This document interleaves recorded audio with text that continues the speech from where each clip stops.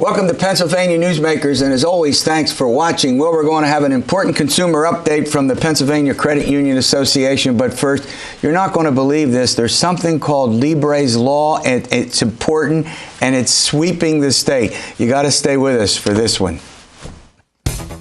This is Pennsylvania Newsmakers, a fast-paced, unrehearsed weekly discussion with and about the leaders who shape your world. And now, here's your host, Terry Madonna. Well, welcome back. Well, sitting across from me is Brad Bumsted. He's the state capitol reporter he's the Harrisburg Bureau Chief of the Caucus. We'll talk about that in a moment or two. And Angela Couloumbis, she's the Bureau Chief for the Philadelphia Inquirer. All right, Angela, I'm going to start with you. Libre's Law involves a canine, correct? And it's sweeping the state. Both of you got to help me out. Why? Not just a canine. We are talking. Excuse me. Go ahead. We are talking about the most celebrated Boston Terrier in Pennsylvania, or as Brad put it, probably across the globe. You got it right. Well, what is this about? So Libre was found last summer, right around this time, on a farm in Lancaster County, severely malnourished and near death.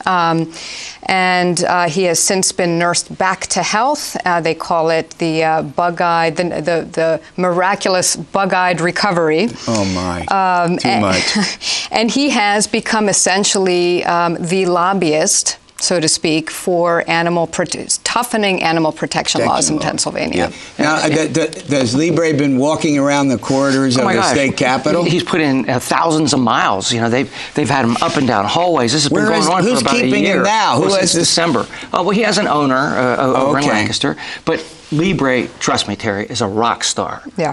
You know, there's never been anything like this one dog who symbolized the movement. Every politician, legislator, the governor wants to hold him and get a photo taken. Are you serious? Very cute. Look at Facebook. Look, very cute. All over. And what the law does. Well, both of you are dog owners. You're pet owners. We are. I have a conflict of interest, and my wife's a volunteer. We're working for Libre's Law. But a couple of the things that it does, I think, are that one is if you're convicted of cruelty, you can't get the dog back. You're not allowed to tether a dog, I believe, in certain conditions. You know, I don't know what all the other things are, but it's a package of anti-cruelty measures, all led by little Libre, whom I've met and petted. Yeah. I mean, it strengthens, essentially, it strengthens penalties for animal abuse, and it more clearly defines what kinds of, what abuse rises, say, to a felony charge. Wow. Yeah, so it's a fairly significant bill. And it has a lot of support, and the governor obviously is planning on, from what I hear, a fairly big bill signing next week. Oh, so the law has passed. The law has passed. Well, it has passed both chambers, and he has to sign it. And the governor has told supporters of the law that he will sign it. He's told them that, and it was on TV, you know, filmed. He was on TV, and I see no reason why he wouldn't. So I take it, and I've not looked at this law. I take it that there's widespread support for it. And you two, you know, pet owners yourself, I mean, this is something overdue.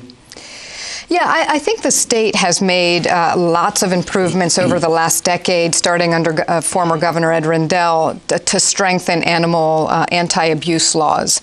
And but this, I think, galvanized people because of social media and the internet carrying images of Libre looking. I mean, he's just so, you know, sad looking when you see him, because you can see he was abused. We can't have animal. I mean, that's just wrong on any level. If you have a pet, to treat them, you know, treat them right. It's insane not to do that. And it's big for a big part of your audience in Lancaster County. Oh, That's where he came from. Oh, sure. That's where the movement and the push really started. But eventually you got the Pennsylvania Humane Society behind it. Right. Well, look, we have about a minute left, but I want to run to a break early. Here's why. I want to come back and talk a little bit before we let you get out of here about the budget and where that's all going. And in particular, I want to talk about the expansion of gaming in this state. This is a big deal, and it's going to have huge implications. We'll be back. We'll talk about where the budget is. Video poker, I think, is one way to put it, and we'll do that after these words. This broadcast of Pennsylvania Newsmakers is presented by the Pennsylvania Chamber of Business and Industry, the statewide voice of business, and by the Pennsylvania State Education Association and Partners for Public Education, bringing the power of a great education to our schools, our students, and our communities.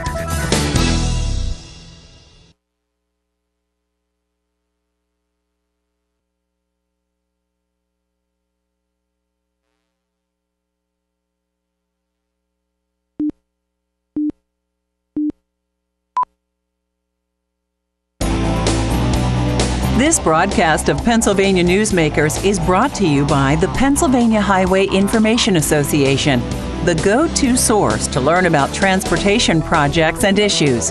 Please visit pahighwayinfo.org. And by the Pennsylvania Manufacturers Association.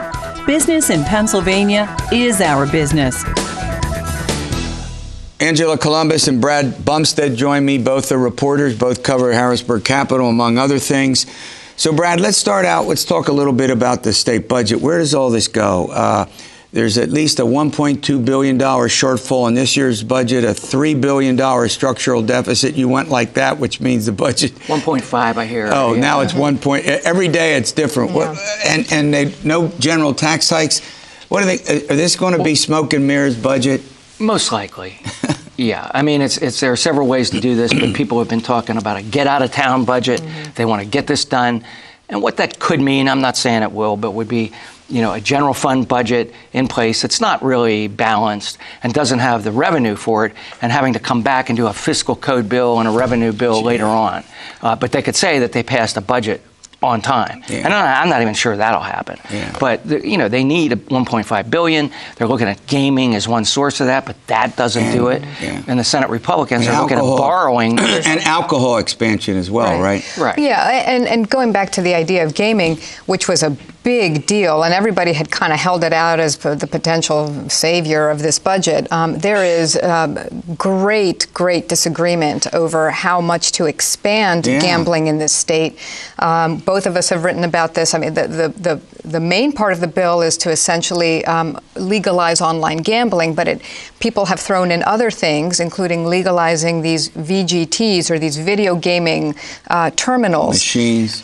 Which, of course, have existed illegally for decades. I mean, I can remember back in the 60s, video poker machines and all these clubs and taverns. But look, it seems to me, and I'm not, per se opposed to gaming, but this can get carried away, and this can create problems for a lot of people. It can. And I think one of the concerns about this, particularly in the Senate, the House approved it, but is the magnitude of it. If you're talking 40,000 machines, it means it raises the question, will you be able to go to a restaurant/bar that you like and not see all the machines flashing like you're in a casino? Who's going to monitor 40,000 machines? Give me a break. Well, yeah, I mean, and I think that's why you've seen some attempts to kind of throw in some extra money for enforcement. For enforcement, because right now, if under the bill that passed the House, I mean, if you are an establishment with a liquor license, and that includes these stop and goes in Philadelphia, and that was a whole other issue, you can put these machines into your establishment. Oh my gosh! And they were talking about putting them in the airports. Right. If it passes, we may put one in the Capitol newsroom. I mean, I'm joking, of course, but the point is they will be. It's a pervasive kind of. I mean, I think there's one thing, gaming, okay, but you spread it out. I mean, we've got the problem with gaming addiction. We got the situation where, I guess if it's in bars, there may be some limitation with particularly minors, but a modest expansion. And then they're also talking about a pretty substantial expansion of alcohol, right?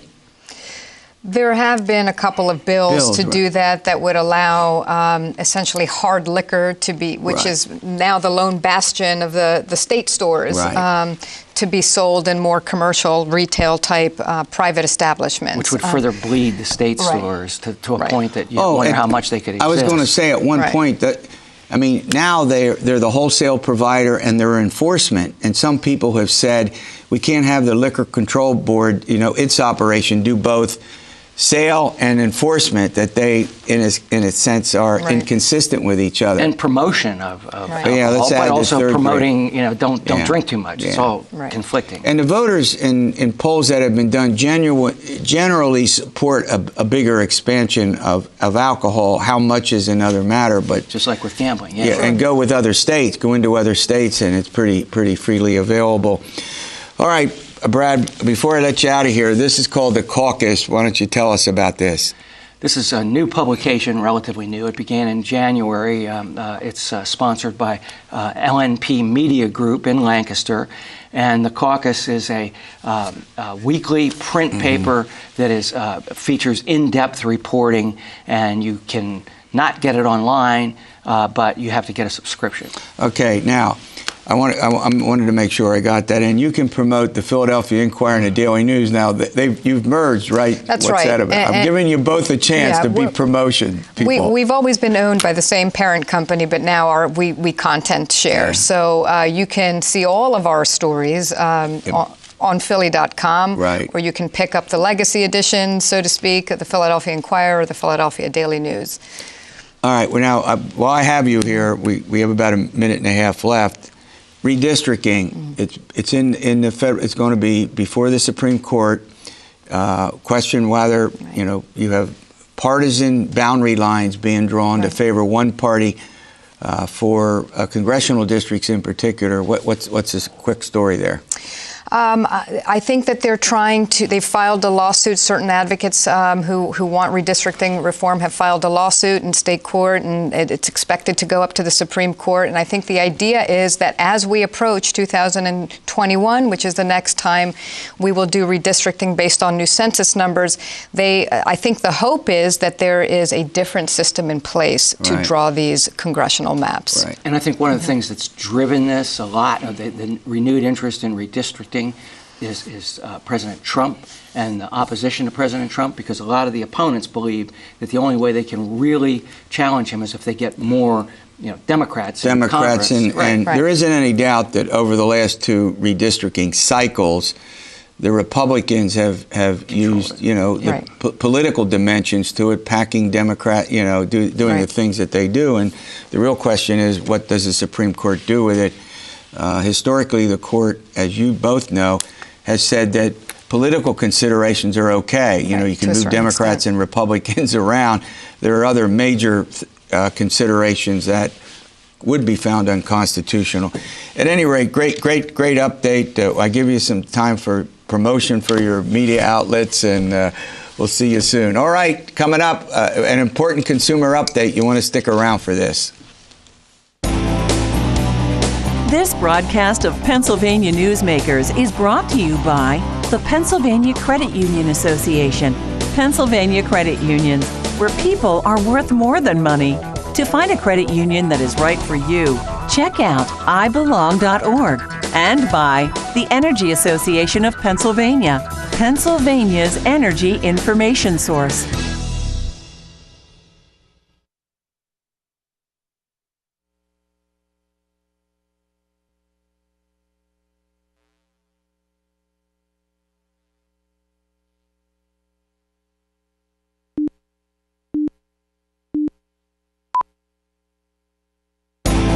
This broadcast of Pennsylvania Newsmakers is presented by the Hospital and Health System Association of Pennsylvania, working towards a healthy Pennsylvania. Welcome back to the program. Well, Patrick Conway joins me. He's the president and CEO of the Pennsylvania Credit Union Association and a frequent guest, along with another frequent guest, Mike Wishnow. He's the senior VP at the aforementioned Credit Union Association. All right, guys, one of the things that's really going on is we got to talk about education and how important it is. I want to talk a little bit about college, but the new wave, and it's really serious, is hundreds, I'll start with you, Patrick, hundreds of thousands of jobs are going unfilled because people don't have the skills to do them. I mean, it's like, can't we get serious about this? Well, and job training and skill training and... It's a great question, Terry, and it's very relevant today. Our credit unions had a meeting with the Philadelphia Federal Reserve Bank yesterday, and it came up with President Harker, and he said, a four-year college education is great, but it's not necessarily for everybody. And some of these trade programs, kids can come out making a lot of money, and, these are great high-paying jobs. And so looking at the workforce and the need, there's a real need out there for some of these technical skills and the training that come along with it. You're exactly right. The other thing is that we have a large number of people in what we call the working class, and I'm not using that in any demeaning way. The working class whose parents did not go to college, Mike, and they're coming out of high school, and sometimes they can't afford to go to college, sometimes they don't want to go to, whatever the reason is, And there are parts of this state and many other states where that is a pressing need as the big industries have gone away, right? Oh, absolutely. The skill set, however, is a little different today with technology than it was before. So a college degree certainly opens certain doors that others won't. But there are plenty of apprenticeship programs. There are plenty of other avenues, either through community colleges or whatever. The key is that folks have to be digitally competent. They have to be able to use the computer because the assembly line is not what it once was. Yeah. It's now very automated, very robotic, and you need people that are digitally in control. Yeah, and that means that it's going to take probably help. And I don't mean that we should just turn this into an entitlement program. That's not my point. But it looks like, to me, Pat, that we're talking about federal government, state government, and importantly, the private sector heavily involved in this, as well as taking a look at some colleges and universities have gone through a restructuring.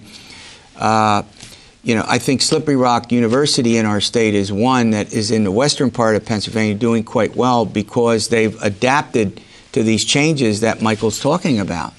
It's a great point. In fact, President Harker in Philadelphia said when he was president at University of Delaware, they had a program within various industry groups where the private sector would come in with the academic community and they would really focus on some of those more technical skills that, students need to come out with. College costs have increased nearly 7% annually since 1987. It's crazy. So when kids go to school, there's nothing wrong. It's great to have a 4-year degree, and it's a great path for most. But it should be the student. And colleges, Franklin and Marshall, heavily involved in this through our president, Dan Porterfield, going out and raising millions and millions of dollars on scholarships to give kids that couldn't get to college, and given the cost of tuitions, an opportunity if they want to go to college. And if that's there are a lot of bright kids who want to go and should have the opportunity, and they should have the opportunity to go to some of the best. Why should that be different for the wealthy and the families that aren't as well off? And millions of dollars are being raised by colleges all over the country. We're not oblivious to the tuition hikes. So that's another aspect of it. Yeah, and honestly, the community colleges are part of the answer as well. Good point. The expense is much lower. The community colleges have programs where they can go direct to workforce, and so there's a lot of different pieces. All right, we're going to take a quick break. We're going to continue this discussion. We might have something else to talk about as well. This broadcast of Pennsylvania Newsmakers is brought to you by the Pennsylvania Medical Society. Inspired physicians committed to the good health of Pennsylvanians and the advancement of the practice of medicine. And by the Pennsylvania Healthcare Association, advancing quality, improving lives.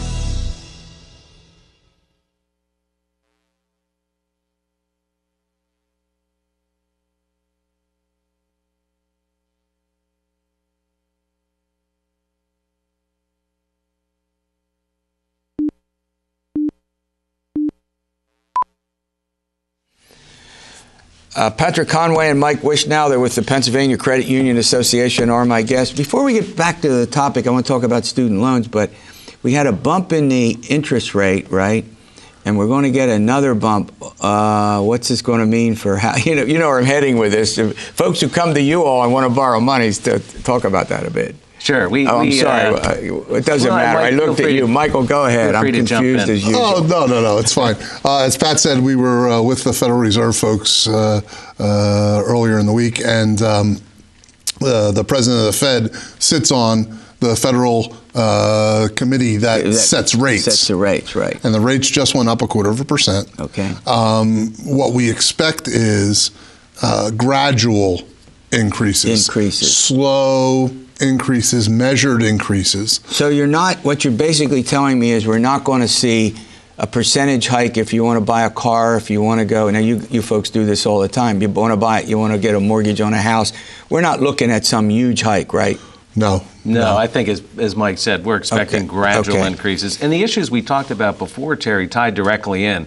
You know, when you look at the rate, you look at workforce issues, you look at the general economic conditions, and those are the things the Fed is looking at. And I think based on, there are some concerns, but it's also a sign that the economy's a little better off. They wouldn't do this if they didn't think so. Right? Yes, and also that inflation's under control. All right, loans. Give me 2 or 3 things before people apply for a college loan that they should think about. Well, first of all, if you're new to the market, you have to fill out the FAFSA, the Federal Financial Aid Form. Okay, you got that? So that's the starting point. You can't do anything federally without that. Okay. Once you fill that out, it'll tell you what you're eligible for. I got Grants, loans, some of those loans are subsidized, some are not subsidized. So you probably want to expend all of the federal options first. And then there's likely going to be a gap, and that's when you start talking about the private stuff that our credit unions do, right, Bob? Yeah, and the gap, you know, for a private college or university over 4 years is about $100,000, and for a public university, it's about $35,000. So even after the federal aid and what parents are able to contribute to their kids' education, that gap is substantial, and that's where credit unions and banks and other private lenders come into play. Yeah, I mean, I think a lot of colleges, private and public, you know, I'm at a private college now. I spent most of my career at a public university. You know, they're acutely aware of this, and as I mentioned earlier, there's a real concern that we don't leave people behind, that suddenly we don't create 2 tiers, you know, where we have talented folks, and maybe some of them, you know, will go on to work in the trades, you know, earn the skills, be computer specialists. So we don't want this 2 tiers going on, and so a lot of colleges are saying, well, let's do what we can to make sure that folks who are, you know, fiscally disadvantaged, who wouldn't get to college otherwise. And by the way, many of them live in not just in urban Pennsylvania or urban America, but rural parts of our country as well. All right, the last question then is, student loan debt is an extraordinarily serious problem. Is it going to get reduced, or is it going to keep climbing? Either one of you. It's got to keep climbing. You think so?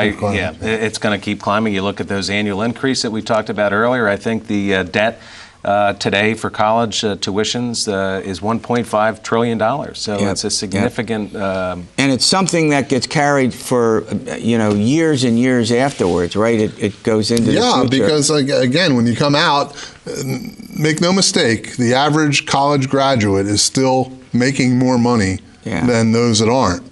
But sometimes it's taken 20, 25 years to pay off those loans. I think that's why colleges, again, are going all these scholarships that I've been talking about to lessen that and to diversify the student body. Great update. We'll see you next month. All right, thanks for watching Pennsylvania Newsmakers, and as always, stay well.